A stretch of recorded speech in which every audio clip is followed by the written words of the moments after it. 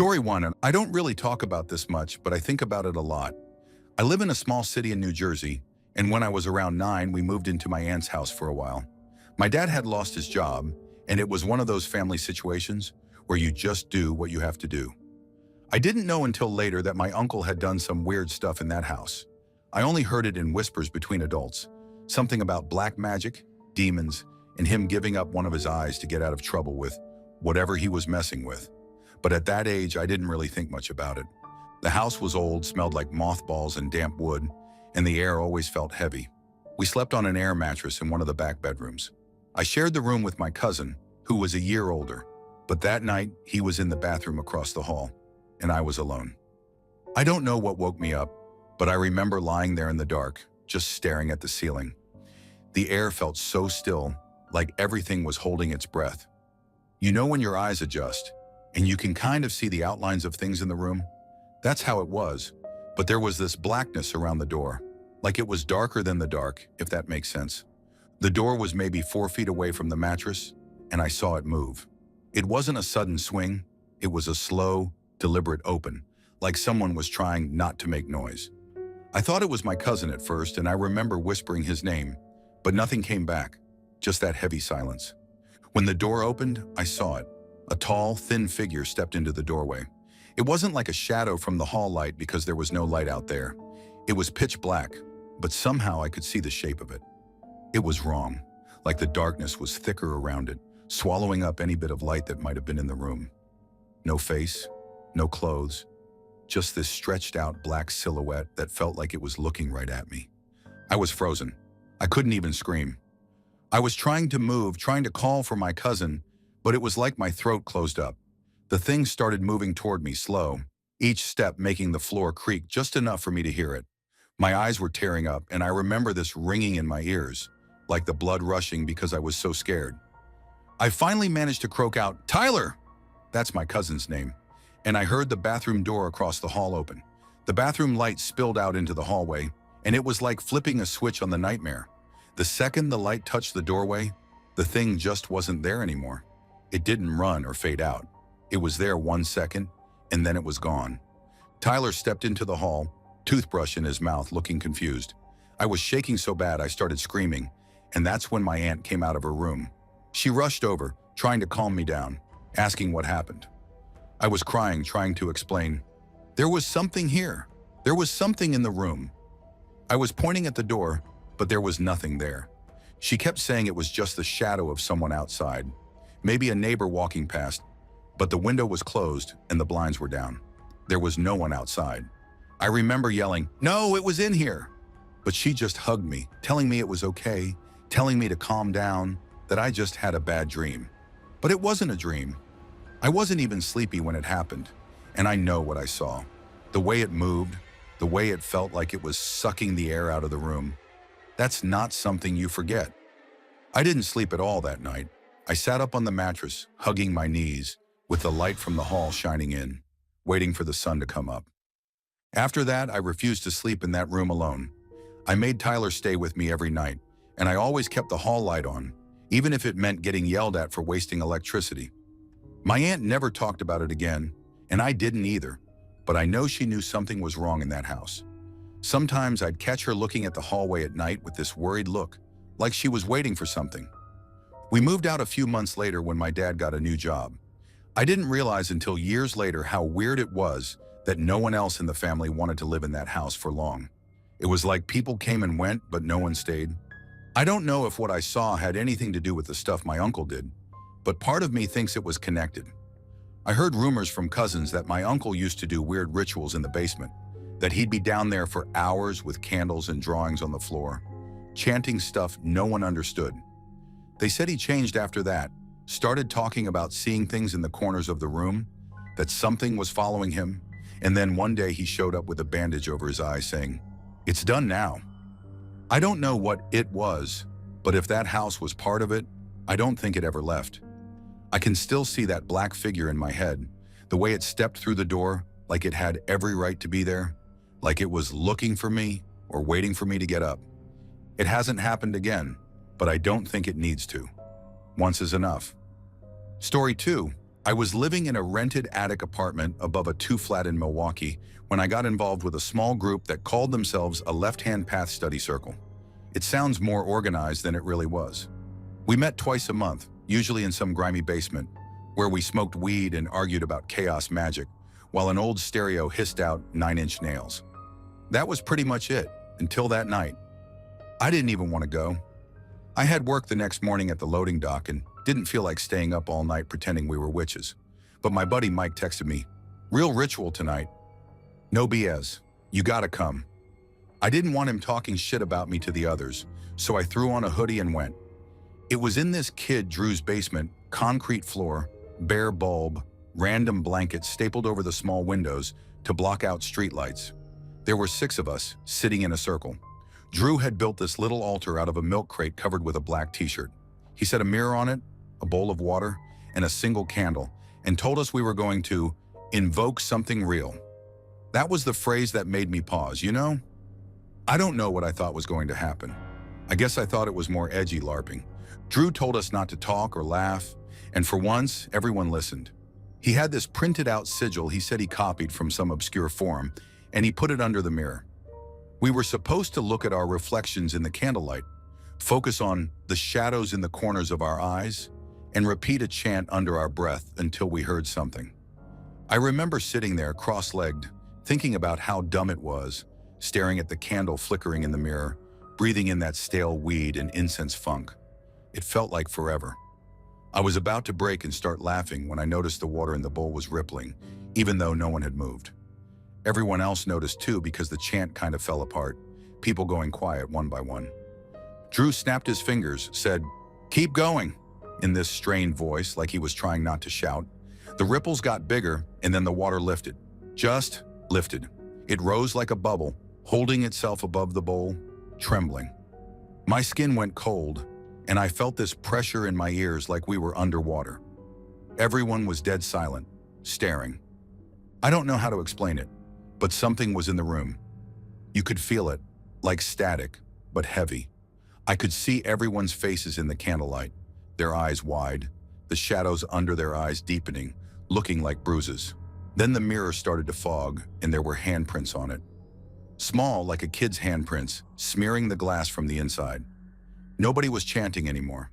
Drew was whispering, "Do not break the circle," over and over, but nobody was even moving. I heard something knock from inside the mirror, once, twice, like tiny fists hitting glass, and then, in the reflection, I saw something move behind me. I turned, but there was no one there, just the dark corner of the basement. When I turned back, the reflection was wrong. I could see us in the circle, but there was a 7th person, a kid, maybe 10 years old, pale, sitting cross-legged between Mike and the wall looking at us. He had no eyes, just black pits, and his mouth was hanging open like he was trying to scream but couldn't. His head twitched toward me, fast like a broken toy, and I heard this voice in my head, like a scream but so quiet I couldn't understand the words. I snapped. I kicked backward, knocking over the candle. The flame went out, and in the pitch dark, I heard Drew yelling, people scrambling, the bowl shattering.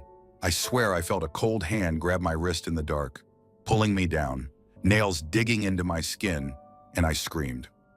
Mike got the light on, and the second it flicked on, the pressure in the room was gone. The air felt normal again, but we were all breathing hard, eyes darting around. The mirror was on the floor, cracked. The water was everywhere, but there was nothing else, just us. I looked at my wrist, and there were these small, reddish marks, like fingers, already starting to bruise. Mike saw it and just started swearing, pacing around the basement, saying, "That's it, man, I'm done with this shit," over and over. Drew looked like he was about to cry, shaking, staring at the mirror shards, whispering, "We opened something. We opened something." I left. I didn't even grab my backpack. I just bolted up the stairs out into the cold air and ran to my car. I remember sitting there, hands shaking so bad I could barely get the key in the ignition, looking at that bruise on my wrist, feeling like something was still watching me from the shadows. I never went back to that group. Drew tried to message me a few times, saying we needed to finish what we started, that the door was open. I blocked him. I moved out of that attic a few weeks later because I started hearing knocks under my bed at night, always in threes. My landlord was pissed because I broke the lease, but I couldn't stay there. Every time I looked in a mirror, I thought I saw that kid in the reflection. Behind me, mouth open. Black pits where the eyes should be. I still don't know if we made it up in our heads or if we really did something that night. I still have the faint marks on my wrist, like the skin never fully healed. Sometimes late at night, when I can't sleep, I think about that cold hand pulling me down, how it felt so real, so desperate, like it wanted me to stay with it in the dark. Story 3. I never told anyone this because it sounds ridiculous, but it's been stuck in my head for 15 years. I grew up outside Lafayette, Louisiana, in a shotgun house on a muddy road, the kind of place where the porch sags and you can hear the frogs in the ditch at night. My mom worked nights at the hospital and my uncle stayed with me when she was gone, but he'd drink and pass out on the couch by 8 p.m., so it was just me in the dark most nights. I was 12, restless and stupid, and there was this kid at school, Nate, who swore he knew how to do voodoo. He'd found some old book in his grandma's stuff, and he'd tell us how he could make people sick, or give them nightmares, or get a girl to like him. Everyone thought it was dumb, but I was bored, and Nate wasn't the type to make stuff up just to look cool. He was quiet, skinny, smelled like his house had mildew, and he always had dirt under his nails. One Friday he told me, "If you want to learn for real, come over tonight." I told him my mom was working, and he said, "Good." His place was even more run down than ours, and I remember how the air smelled like wet carpet and old onions. His grandma was asleep in a back room, and we went into the kitchen. He pulled out this rust-colored jar from under the sink, like a mason jar, but the glass was thick and warped, like it had bubbles trapped in it. The lid was crusty with something dark, and I could see something floating inside. Hair, maybe, or string, or something else. "We're gonna call on Baron Samedi," he whispered, like it was something casual, like saying we'd play basketball after. I didn't know what that meant, but I wanted to look tough, so I said, "Okay." He told me to spit in the jar. I laughed and said, "For real?" And he nodded, dead serious, so I did. It hit the liquid inside and made this small plop, and a smell came up from the jar like dirt and vinegar, sharp enough to make my eyes water. Nate took a match from his pocket, lit it, and dropped it in. It hissed and went out, and the smell got worse, like something rotten. "We're gonna ask for something, but you can't ask for something big," he said. I didn't know what to say, so I told him I wanted the thunderstorm to stop that was supposed to hit tomorrow because we were supposed to have a cookout, and my mom had been looking forward to it. I didn't even think it would work. Nate just nodded, capped the jar, and tucked it back under the sink like it was nothing. "Now we wait," he said. The next day, the weather was clear. It was weird because the forecast had said thunderstorms, but the sky was blue, hot, and cloudless all day. We grilled hot dogs, and my uncle actually stayed sober. My mom laughed, and I thought maybe this was all real, that I had done something, and it felt good. That night, though, the air felt heavy, like the sky was pressing down on the roof.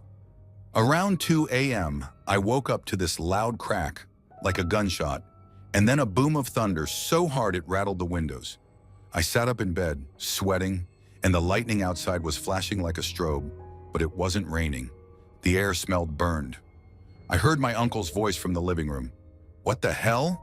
And then there was another crack, closer this time, like it was right outside the house. I got out of bed, opened my door, and the hallway was lit up in pulses from the lightning, the shadows long and jerky. Then I saw the shape in the kitchen. I thought it was a man at first, tall, wearing what looked like a black hat, standing in front of the sink. I could see him in the flashes, but in between the flashes, I could still see him somehow, darker than the dark, like my eyes refused to adjust to that shape. "Uncle Robbie?" I whispered, but I heard my uncle's voice from behind me. "Stay back." That's when I realized he was behind me, not in the kitchen. The thing turned its head, but I couldn't see its face. Just the outline of the hat, the wide shoulders, and something in its hand, swinging low, like a cane or a staff. The air smelled like burning dirt and copper. The lights flickered, and the microwave clock reset with a beep. The shape moved slowly like it was floating, and I saw it lean over the sink. The jar under the sink rattled. I could hear it clinking against the pipes, shaking, like something inside was trying to get out. The thing turned to me, and I heard something. It wasn't a voice exactly, but it was like words in my head, wet and cold, and I couldn't breathe for a second. "Dad!" That's all I heard. My uncle grabbed me by the arm and pulled me back. slamming my bedroom door shut. We sat there in the dark, the only light the glow from the streetlight outside, and we listened to the jar rattling in the kitchen, the storm raging outside without rain, the lightning cracking so close it made the glass in the window hum. It felt like hours, but it was probably minutes. Then it stopped. The thunder, the lightning, the rattling of the jar. The smell faded, but I could still taste it in the back of my throat, like dirt and rust. When we finally opened the door, the kitchen was empty. The jar was sitting on the counter, the lid off, the liquid inside gone, the bottom dry. There was a black smudge on the floor, like something had stood there with wet, burned feet. My uncle didn't ask questions. He just told me, "You don't ever mess with that shit again." I didn't see Nate much after that. When I asked him about the jar, he just shook his head and told me, "You don't get something for nothing."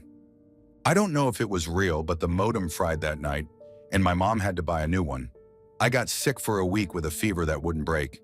And when I came back to school, Nate wouldn't look me in the eye. A month later, he moved away to live with his dad in New Orleans, and I never saw him again. Story 4. I live alone in a small town just outside the city, the kind of place where you don't bother locking your doors until you hear about something bad happening. My house isn't much, just a one-story with an old unfinished basement, the kind of basement that smells like damp concrete no matter what you do. I rarely went down there, mostly just to reset the breaker when the power flickered during storms. A few years ago, I was on a dating site, swiping through, not expecting much. Then I matched with someone. She was attractive. Dark hair, sharp features, kind of alternative looking. Her profile was light on details, but there were a few pictures. One caught my attention, her wearing a rabbit mask, the kind that's supposed to look cute, but just ends up looking creepy. It was old, dirty, and this part stuck with me. There was something that looked like dried blood smeared along the edges. I messaged her first. We made small talk, nothing special. She was flirty but odd. She kept making references to games she liked to play, but I brushed it off as a joke. Then out of nowhere, she asked, "What are you up to tonight?" I told her nothing, asked the same back. "Playing hide and seek with Fluffy." I paused. "Fluffy?" She responded immediately. "Yeah, you saw him in my pictures." I scrolled back and saw the mask again. Right. Weird, but whatever. I decided to roll with it. "That sounds fun, I guess." Then she sent another message. "We'll be playing in your basement." I actually laughed when I read it. My first thought? Just a wild guess. She's trying to be creepy. Maybe she looked up my general location and assumed I had one. Still, I lied. "I don't have a basement." Almost immediately she replied, "Oh yeah." And at that exact moment, like she had been waiting for my response, something moved downstairs. A deep, wet, dragging sound, like something heavy sliding across the concrete. Then came a noise I still can't explain. Sneakily freaks. It boomed up through the floorboards. Not human, not mechanical, just wrong. Every hair on my body stood on end. My fingers locked around my phone. I didn't breathe. I just stared at the basement door. I wasn't connected to Wi-Fi, no smart speakers, no Bluetooth devices, no TV. My phone wasn't playing anything. And that basement, completely enclosed. No windows, no way in or out except through the door inside my house. I blocked her. Then I sat there, frozen, for what felt like an hour.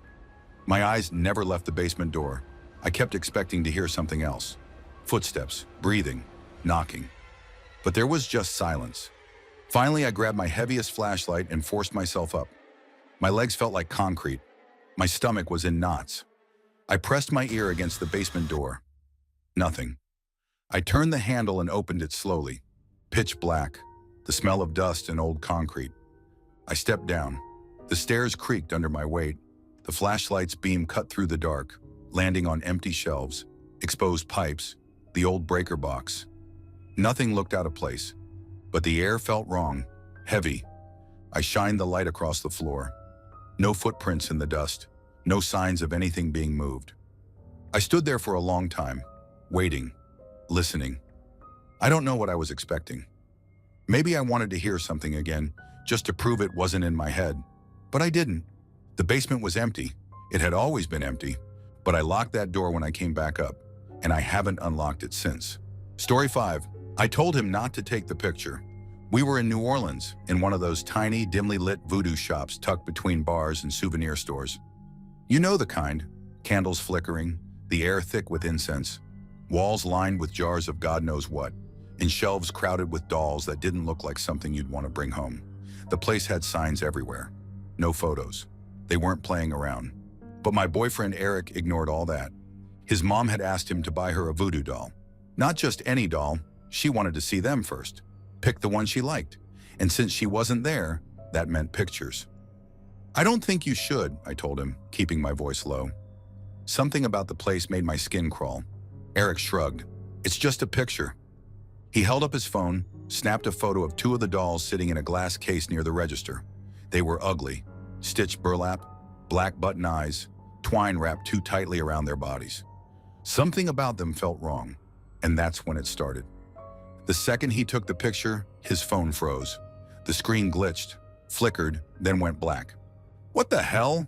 He tapped at it, shaking it a little. My signal's gone. I checked mine. Full bars, perfectly fine. Maybe it's the shop, I said, but my stomach had dropped. The air felt heavier, thicker. Eric frowned and tried to send the picture anyway. Nothing. No service, no Wi-Fi, nothing. He turned to me. Let's step outside. I didn't argue, I just wanted to leave. We walked out, and the second we hit the street, a car sped past, splashing him with water. Just him. I was standing right next to him, and I was dry. Eric cursed, shaking water off his arms, his shirt already clinging to his skin. What the? He stopped, looking at me. Bone dry. Neither of us spoke for a second. We both just felt it. That sick, sinking feeling when something isn't right. Delete the pictures, I said. Eric didn't argue. He pulled out his phone, still frozen. The screen wouldn't respond. His fingers swiped, tapped, pressed. Nothing. Are you kidding me? His voice was shaking now. Buy the dolls, I said. What? The ones you took pictures of. Buy them. He stared at me like I was crazy, but I wasn't joking. I don't know why, I just knew. You don't break the rules in a place like that. We turned back inside, the bell jingling over the door. The shopkeeper, an older woman with dark eyes and a face like stone, didn't say a word as Eric pulled out his wallet. He pointed. Those two. She nodded, placed the dolls in a small bag, and rang us up. No smile, no small talk, just a look that made my stomach twist. Eric took the bag. The second he did, his phone buzzed. The screen flickered back on. Signal restored. We didn't say another word until we were halfway down the street. I don't want these in our hotel, he muttered. We'll deal with it later, I said. And we did. But I never found out what would have happened if we hadn't bought them. And I don't want to. Story 6. I'm from Houston, but my uncle has a coconut plantation in a small town near Badagry in western Nigeria. That's where this happened, and I haven't been back since. I didn't grow up around Juju, but you hear about it over there the same way you hear about the weather, like it's just part of the air. My uncle would say, some things you don't look at too long, whenever I asked about the bottles or feathers I'd see in ditches. I thought it was superstition, just village talk. It was the December I turned 20, and I was there helping with harvest work. The plantation was hot, the air heavy with that sweet coconut smell that made you dizzy if you stood too long under the trees. The workers would joke around, but I noticed how they got quiet when they reached the far end of the property. There was an old rotting fence there, and you could see the lagoon glittering through the palm trees if you looked past it. That day I was following the workers, holding a machete to help crack coconuts open, when I saw the bottles. They were hanging from strings tied to the tree branches, swaying a little. Green wine bottles, about 10 of them, with something dark inside, thick like old motor oil, and each had a single chicken feather poking out of the mouth. I stood there staring, my sweat going cold. My uncle came up behind me and slapped my shoulder so hard I nearly dropped the machete. Don't touch it, he said low. He looked around like someone might be watching. What is it? I asked. He didn't answer. He just turned around, muttering in Yoruba under his breath. Later that evening, I couldn't stop thinking about it, so I asked one of the older workers, a guy named Paul, about the bottles. He was sharpening his blade near the fire. It's Juju, he said without looking up. Some people pay the Baba to put protection on the land. Or curses. Is it dangerous? I asked. He finally looked at me, the firelight dancing in his eyes. You don't need to know. That night I couldn't sleep. The heat was pressing down on me and the power was out, so there was no fan, just the whine of mosquitoes. Around midnight, I decided to walk out to the porch to get air. I was halfway there when I saw a faint glow coming from the far end of the property, right where those bottles were. I don't know what came over me, but I needed to see it. I grabbed my phone for a flashlight and headed toward the glow, barefoot in the dirt, trying not to think about snakes. The closer I got, the brighter it seemed, a dull, pulsing light, like someone swinging a lantern in slow circles. When I reached the tree line, I saw a figure standing beneath one of the bottles, facing away from me. It was tall, too tall to be anyone I knew, and its arms were long, hanging down past its knees, swaying gently. The glow wasn't coming from a lantern, it was coming from the bottle itself, pulsing like a heartbeat, lighting up the dark liquid inside.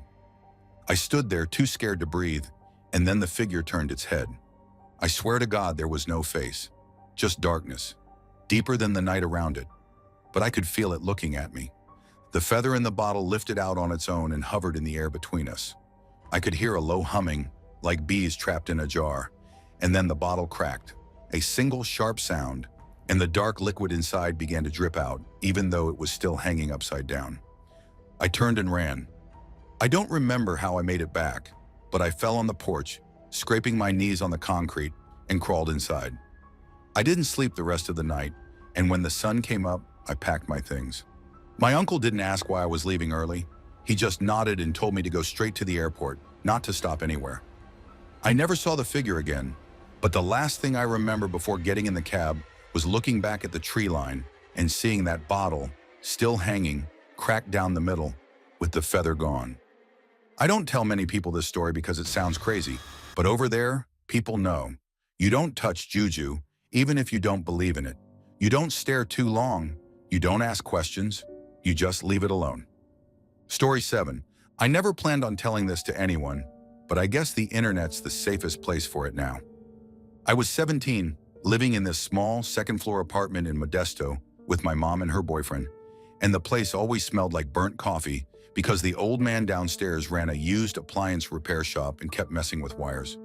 It was the kind of apartment where you could hear your neighbor sneeze through the wall, but that night everything felt weirdly quiet. My girlfriend at the time, Emily, had been really sick for 3 days. She'd text me that her fever wouldn't break, and she couldn't even get out of bed to eat. Her parents were working late, so I told her I'd come over and try something I'd been practicing. I'd been reading up on Tibetan healing practices and meditating a lot. I thought maybe I could help her, even if I barely knew what I was doing. When I got to her place, the air felt heavy, like the humidity before a storm. But there wasn't a cloud outside. Emily looked pale and sweaty, her hair sticking to her forehead, and she was shivering even with 2 blankets on. "You don't have to do this," she mumbled, barely opening her eyes. "I want to try," I said. I don't know why I felt so sure that night, but I did. I sat cross-legged on the floor next to her bed, closed my eyes, and tried to quiet my head. I focused on my breathing, counting it out, letting everything else drop away.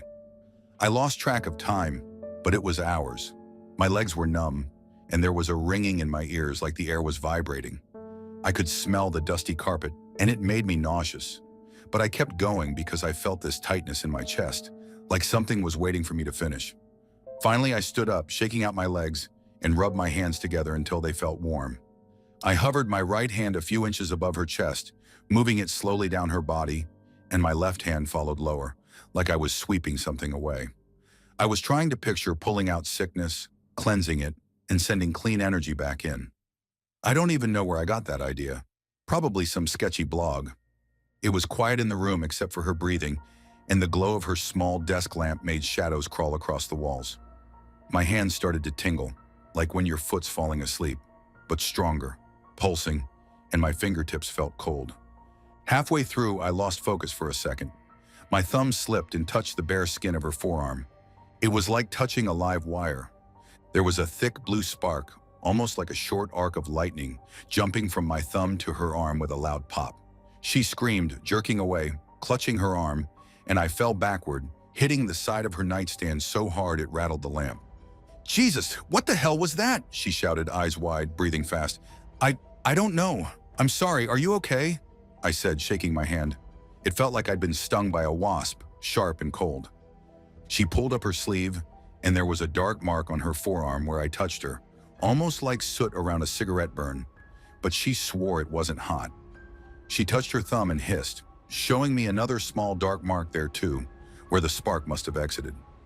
We stared at each other, not sure what to say. She started crying, just a little, her shoulders shaking, and I felt this horrible guilt crawl up my throat. I told her I'd get her some water. I stepped out of her room, the hallway creaking under my feet, and headed toward the kitchen. Her house was always warm, but I felt cold, like the air was too thin, and I could hear my heartbeat in my ears. Right as I stepped under the dome light fixture in the living room, I heard this weird crackling sound, like static building up.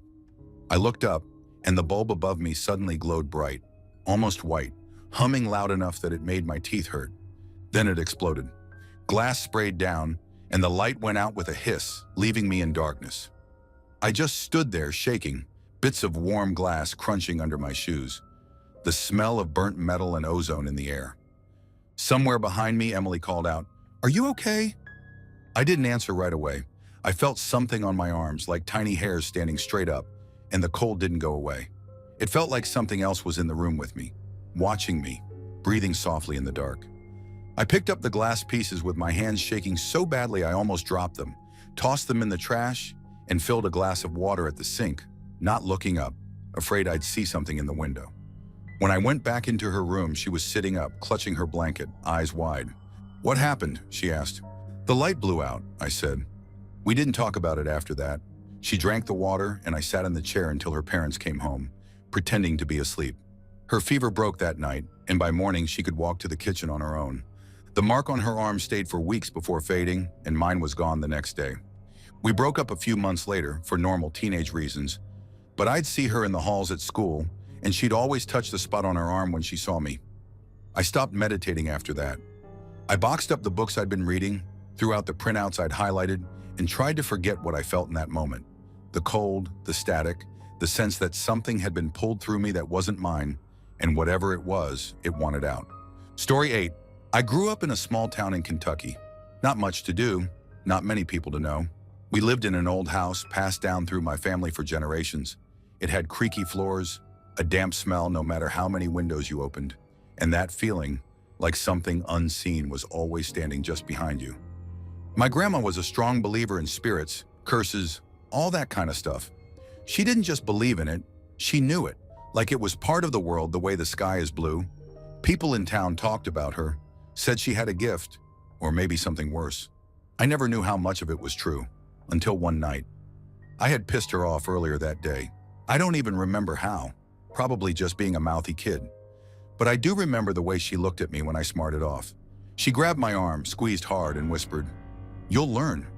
That was it, just 2 words. Then she let me go like nothing happened. That night I woke up. No reason, just snapped awake. The clock on my nightstand said 3:08 a.m., and there was a kid in my room. He was standing in the corner, half in the shadows. Couldn't have been more than 6 or 7 years old. He wore a dirty green shirt, like he'd been rolling in mud. His hair was shaggy, like it hadn't been cut in a long time. But the worst part? His eyes, too wide, too still. I couldn't move. I couldn't speak. My whole body felt locked in place, like something was pressing down on me. We stared at each other for what felt like forever.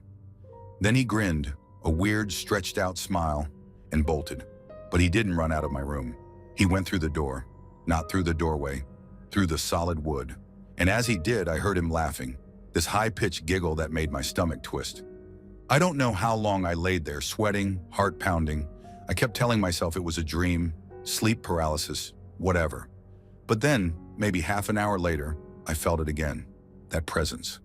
This time it was a teenager. He was standing at the foot of my bed, taller, lean, about 15.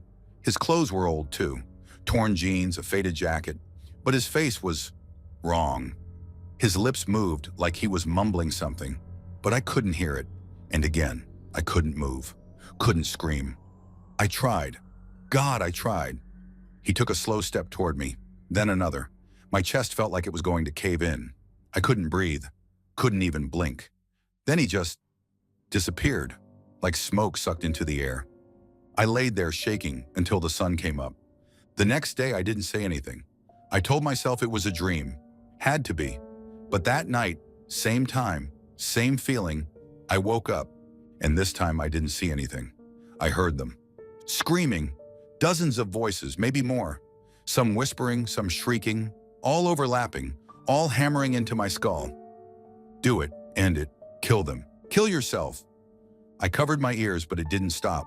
It was inside my head. I curled up, sobbing, rocking back and forth, trying to drown it out. I don't remember falling asleep. I just remember waking up to my mother shaking me, saying I looked pale as death. That afternoon, my uncle anointed me with oil, a prayer, a touch to my forehead. I didn't believe in that kind of stuff before, but as soon as he did it, I felt lighter, like something had been ripped off me. And then I saw my grandma. She was sitting in her chair on the porch when I got home, rocking slow like she'd been waiting. When I hugged her, because I had to, because it would have been weirder not to, I felt it immediately. A sickness, a deep, twisting nausea, like my insides were turning inside out. She didn't say anything, just smirked. I got anointed again that night, and that was the last time anything like that ever happened. I don't know what she did to me. I don't want to know. But to this day, I don't cross her, and I never ever make her mad. Story 9. I don't know if I believe in ghosts, demons, or whatever you want to call them, but I do know that something followed my sister, and whatever it was real enough to make our whole family feel it. It started when she got into witchcraft. She was maybe 13, obsessed with spells, candles, pentagrams, all that. I don't think she really knew what she was doing, just following whatever she found online. Our house, already kind of old and creaky, started feeling wrong. We'd see things move just out of sight, hear knocks where there shouldn't be any, and the living room at night. None of us wanted to be in there. But when we moved overseas, that should have been the end of it. It wasn't. The weirdness followed, always tied to my sister's room. Strange noises, shadows where there shouldn't be any, objects not being where we left them. But it was never worse than when we moved again. Back to the US, my mom and sister left 6 weeks before the rest of us. My dad, brother, and I stayed behind to pack and clean up the old house. That's when it got bad. It was always her room. We were clearing it out late one night when we heard a thump from inside. The room was empty. Carpet stripped, furniture gone, nothing left but the walls and the closet. My dad opened the door. The air was heavy, like stepping into a room full of dust, except the air was clear. Then the windows, both of them, slammed open at the same time. Not a slow creep, not the wind rattling them. They slammed. We just stood there. Nobody moved. Then the door behind us, her closet, creaked open, slow and deliberate. I don't know how long we stood frozen like that, but my dad broke it first. "We're done for the night," he said, voice tight. We left everything and walked out. That night I was lying in bed, staring at the ceiling, too wired to sleep. My brother was out cold in the other bed. Then I heard it, a thump. It came from her room. I sat up, listening. Another thump, then a sound like shuffling. I thought maybe my dad had gone in there. But then the door, her door, rattled hard, like someone trying to get out. I jumped out of bed and ran to my dad's room. He was already up, standing in the doorway. He'd heard it too. Then we both saw it. Under her door, where there should have been just dark, we saw shadows moving. But the blinds were closed. There was nothing that should have cast them. They didn't move like normal shadows. They twisted. My dad didn't hesitate. He grabbed the Bible from his nightstand and walked straight to her door. I stayed back. He opened it. Nothing. The windows were still open, curtains fluttering in the dark. The closet door stood open like before. He didn't say a word, just shut the windows, locked them, and closed the door behind him. We slept with the lights on that night. I don't know what my sister brought into our lives, but it only ended when she finally moved out. We cleaned her room, boxed up her old stuff, and whatever had been with her, it left. Or at least, it left us. Story 10. I didn't think a candle and some herbs would mess me up like that. I live in a small duplex outside Albuquerque, in a neighborhood that's too quiet at night. It's one of those places where you can hear your neighbors coughing through the walls if you're up at 2 a.m. I'd gotten into witchcraft slowly, like a lot of people during the pandemic. Started with moon water, a few crystals, herbs in little baggies taped under my bed. It wasn't that deep, just something that made me feel in control when the world felt insane. That night, I decided to finally make a protection jar because I kept seeing people online saying you should do that before you mess with anything else. I watched some TikToks, took notes in this little spiral notebook I used for spells, and set up everything on my nightstand. I had rosemary, black salt, lavender, a tiny clear jar, and a white tea light candle. It was around 11:40 p.m. when I started. I remember the house felt heavy, not scary, just thick. Like the air was harder to breathe once I lit the incense. I opened my window a crack, but it didn't help. I told myself it was just the smoke. I went through each herb, held them, told them what I needed: protection, safety, peace. I dropped them in, one by one, like I'd seen online. I didn't rush, and it felt kind of nice, actually. The candle flame flickered hard a few times, but I thought it was from the draft. I sealed the jar with the white candle wax, letting it drip down the sides until it cooled. Then I held it in both hands and said, "Protect me." I didn't know if that was enough, but I was tired. My eyes felt like sandpaper, and I just wanted to go to sleep. I didn't pray to any guides or ancestors. I didn't really think it was that serious. I left the jar on my nightstand, blew out the candle, and got in bed. I kept my lamp on because the incense made the room feel off, like the shadows were thicker than usual. My phone said 12:09 a.m. I was scrolling to distract myself, but I started feeling this heavy pressure in my chest, like I couldn't take a full breath. I told myself it was from the incense or maybe anxiety, but it didn't go away. That's when I got that gut feeling, the one where your stomach drops and your body tells you to run, but you don't even know from what yet. I didn't hear anything, but I felt something by the side of my bed. Like, you know how you can just feel when someone's there, even if you're not looking? I was holding my phone, but I turned my head, just a little, trying to see if maybe my cat had snuck in. But I didn't have a cat. Out of the corner of my eye, I saw it. It was black, like a cutout shape in the air, sitting on the floor by my bed, knees up, arms wrapped around them, its head tilted, just staring at me. I didn't see eyes, but I knew it was looking at me. I froze, my mouth went dry. I blinked, hoping it would be gone, but when I turned my head fully to look, it didn't vanish. Instead, it moved. Its whole body dropped to the floor like dead weight, hitting the carpet with a sound I felt in my teeth, and then it pulled itself under my bed. It was fast, but not too fast. I saw long, black fingers curl around the edge of my bed frame before it disappeared under me. I lost it. I turned my phone flashlight on and started crying, whispering, "No, no, no, please no," over and over. I couldn't get out of bed because I didn't want my feet near the floor. I sat there shaking, light flashing across the room, waiting for something to grab my ankles. I couldn't even scream. I just kept whispering, "Please go away, please go away." I remembered someone online saying to pray to your spirit guide, so I started talking out loud, begging for protection, saying I was sorry for doing the spell wrong, saying I didn't mean to open anything. The air felt thick, like I was breathing through wool. I kept looking under the bed with the flashlight, but I couldn't see anything. It was just darkness, like it swallowed the light. I didn't know what else to do, so I grabbed the jar off the nightstand and just held it against my chest, rocking back and forth, telling it to protect me. I don't know how long I sat there. It felt like hours, but it was probably only 10 minutes. Nothing else happened. It didn't grab me, didn't drag me under, didn't speak.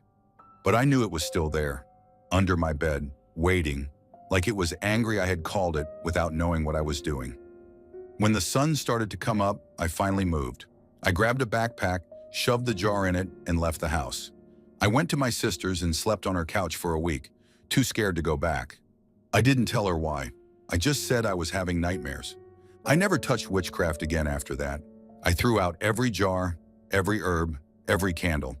I even stopped burning incense because the smell made me gag. I don't know if it was a shadow man or something else, but I know I saw it. I know it came because I did something wrong, and it didn't leave because I didn't know how to send it back. If you're thinking about getting into witchcraft because it looks pretty on TikTok, just don't. Or at least don't do it alone in your room at midnight thinking it's just a harmless hobby. Because if you see it, if you see him, you'll understand you can't unsee it. And it doesn't care if you're sorry.